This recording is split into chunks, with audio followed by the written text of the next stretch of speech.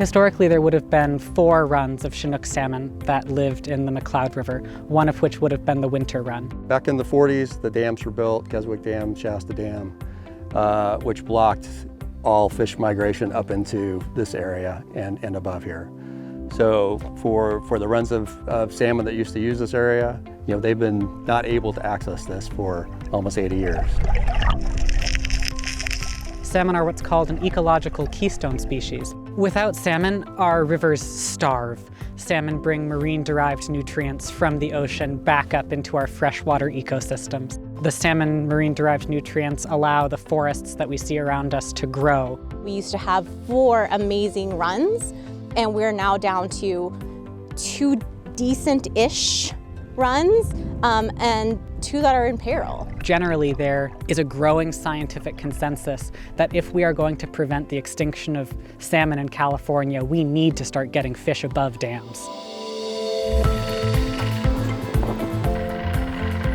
DFW and the Winnemem Wintry tribe are putting eggs up in the river, egg incubators on the side of the river, and those juvenile salmon are moving downstream, and we are collecting those fish. Oh, baby.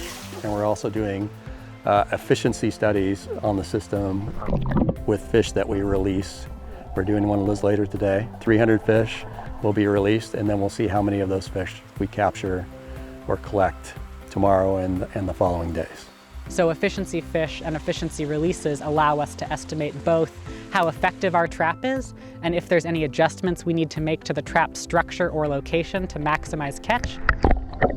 So this is kind of a unique system in that no one's ever really tried this before in terms of collecting fish at the head of the reservoir. It's a passive system, so it doesn't have any pumps on it to create any velocity. We have to manipulate the system itself to try to get velocity into the trap. And then we're using fish behavior. Fish want to move downstream with the flow, so funnel them in, have them just move into the system. This one's an efficiency release. We're catching dozens of salmon a day most of the time, sometimes hundreds of salmon a day. CDFW is also catching hundreds of salmon a day. Once we're done collecting the fish, we have a team that then goes to different set points and transfers the salmon over to CDFW, and our tribal monitors go with the fish to do the release site further downstream. If there wasn't a dam here, they'd go right out to the ocean. But we get to catch them before they reach the reservoir, which means that we get a chance to assess their growth rates as juveniles. How big are these salmon growing, and how fast are they growing?